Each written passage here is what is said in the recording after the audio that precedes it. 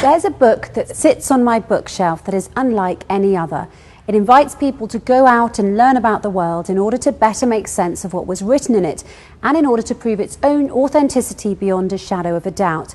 In fact, the book encourages its readers to read, learn, ponder and question things, so much so that the first word revealed from the book was read. But it doesn't stop there. The book goes on to challenge its readers, especially the scientists and scholars among them, with statements such as, "We will show them our signs in the universe and in their own selves until it becomes manifest to them that this is the truth."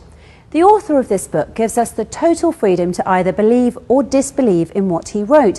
But at the same time, the author tells us that he also has the freedom to determine our fate after death, with either eternal happiness in paradise or an eternal painful punishment in hell. There is no third option.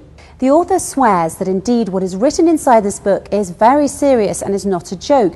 But the amazing part is that the author swears by two phenomena that at the time the book was revealed, 1400 years ago, were completely unknown to man in any way. The quote is as follows: "By the sky which has the bounce, by the earth which has the crack." Indeed, what is written inside the book is very serious, and it's not in jest.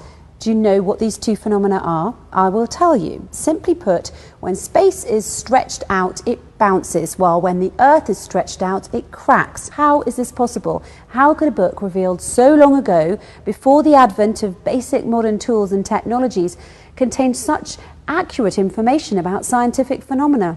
There is only one explanation for such a thing. The author of the book is the creator of the universe. The book was written by God himself.